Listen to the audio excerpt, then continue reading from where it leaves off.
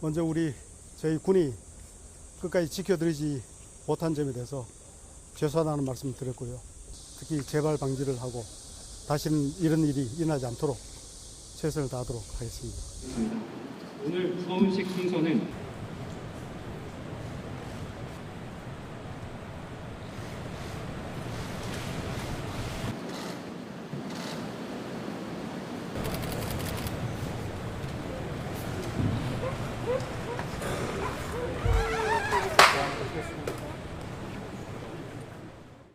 네, 차량 통제를 해달라고 하는 사전 신고가 있었음에도 불구하고 교통 통제를 제대로 하지 못해서 대형 참사가 일어났던 것과 마찬가지로 구명조끼도 없이 이 수색 작업에 군인을 투입했던 이런 상황들, 이게 사실은 선진국에서 일어나기는 어려운 후진국형 인재사고들이거든요.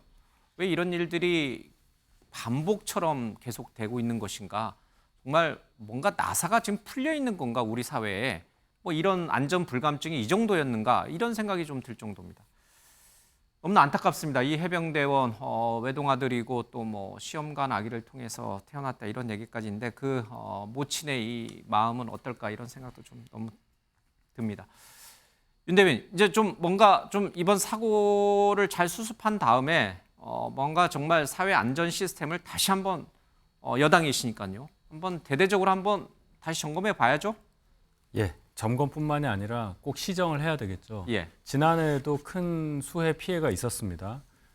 그런데도 1년 지났는데 그렇게 바뀐 거를 못 느끼고 통합적인 재난 관리 시스템이 없고 예. 또 이 피해를 복구하는 과정에서도 전문가가 아닌 뭐 군을 투입한다든지 예. 또 군을 투입하는 과정에서도 안전 문제를 그다지 고려하지 않은, 그래서 이런 또 안타까운 사고가 나고, 전반적으로 우리 사회가 그동안 이 재난과 관련해서 가지고 있었던 여러 가지 이 패러다임을 완전히 바꾸는 그런 혁신적인 조치가 필요하다고 절실히 느끼고 있습니다. 예.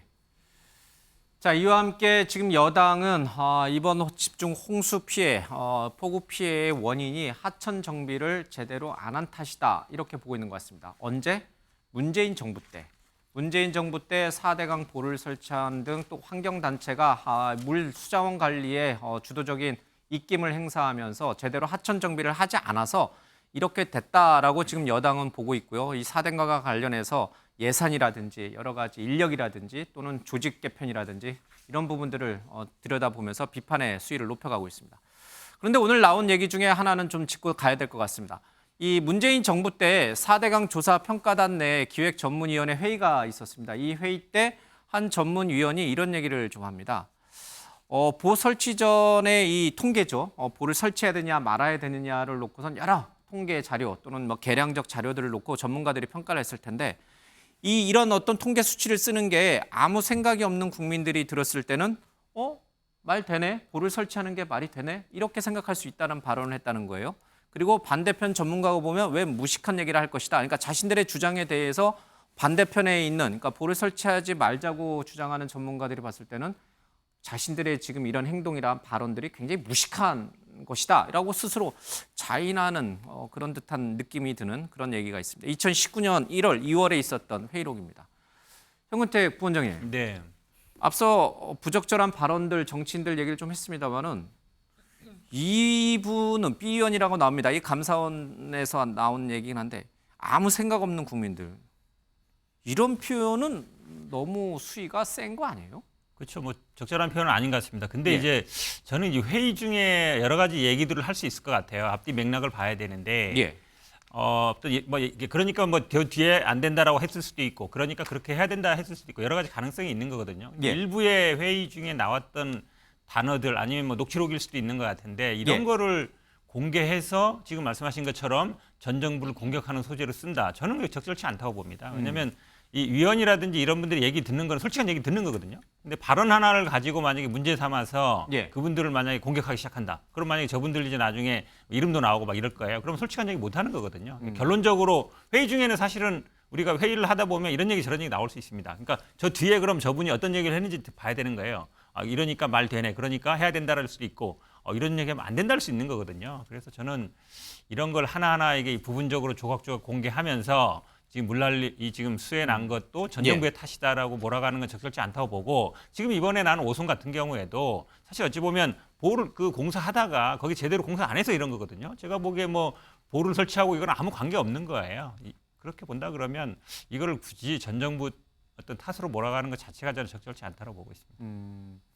민주 의원은 어떻게 생각하세요? 이 미호천, 범람했던 미호천의 바닥을 조금 준설을 했더라면 그렇더라면은 충분히 이번 홍수는 막을 수 있지 않았을까? 뭐 이렇게 또 주장하시는 분들도 있어서요. 지금 전문가분들이 그렇게 주장하고 계시죠. 예. 현 변호사님 말씀대로 그 이전에 있었던 어떤 위원회든 간에 위원들이 자유롭게 의견을 개진하는 자리에 그 말 한마디 한마디를 가지고 다 꼬투리를 잡을 필요는 없다라는 건 전 동의하지만요.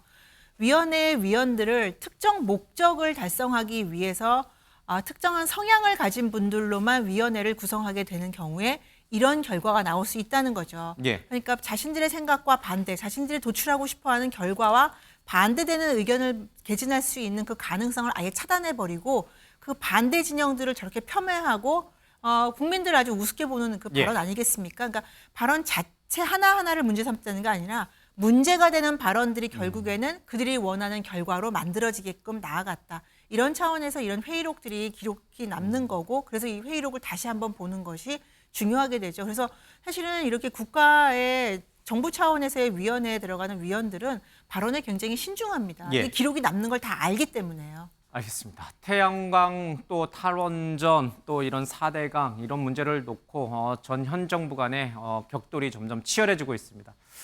그런데 이 격돌을 국민은 어떻게 바라보고 있을지 여야 정치권이 좀 생각해 보시면 좋을 것 같습니다.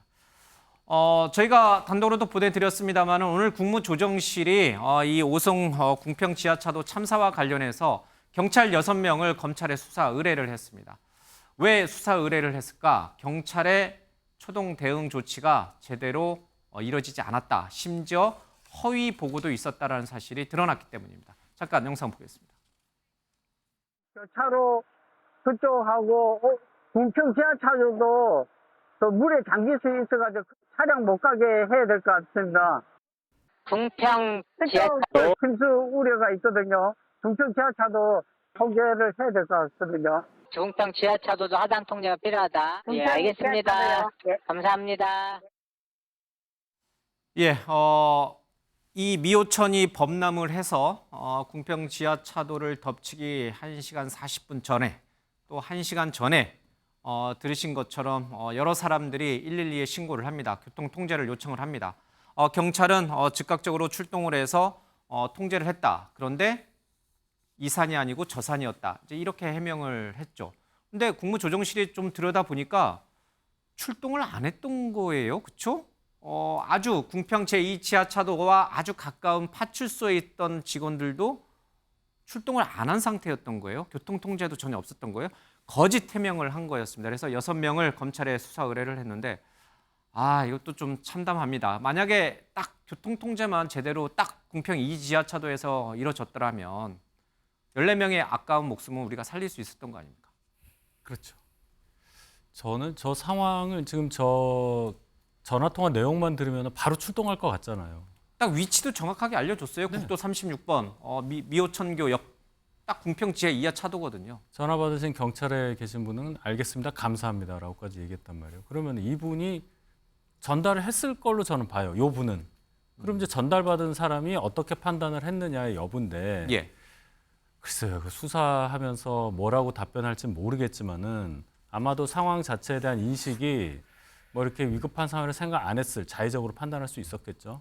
그런 부분 그것이 이제 공무원으로서 가져야 될 어떤 기본적인 자세 문제가 나오는 건데 예. 그런 차원까지 해서 제가 아까 말씀드렸던 여러 가지 혁신적인 조치가 필요하다는 말씀이 그 말씀입니다. 안타깝습니다. 이태원 참사 때도 마찬가지고요. 이번 이 수해 참사 때도 마찬가지입니다. 경찰과 또 행정당국 또 신고자들이 뒤엉켜 있는데 우리 국민이 늘 위험성을 미리 고지를 했지만 제대로 행정당국과 또 경찰당국이 조치를 취하지 못한 것 같습니다. 예, 우리 현 부원장님 뭐 하실 말씀 있으신 것 같아요? 잠깐 말씀드리면 예. 사실은 이 신고한 분이 이제 거기 감리단장이었지 않습니까? 감리단장은 공사 진행 상황을 잘 안단 말이죠.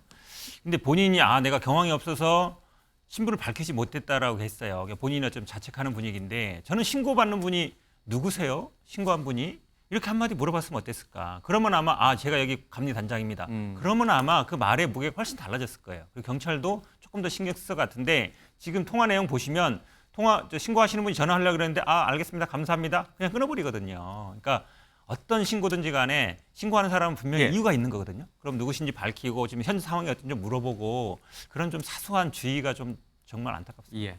근데 이제 이 감리 단장도 사실 이번 하천이 넘게 된 임시 제방을 쌓으신 분이기 때문에 지금 이제 경찰의 수사 선상에 올라와 있는 분입니다. 임시 제방 공사가 제대로 됐느냐, 기준에 맞게 됐느냐 아니냐 이런 부분까지도 있기 때문에 여러분들이 좀 얽혀 있는 것 같습니다.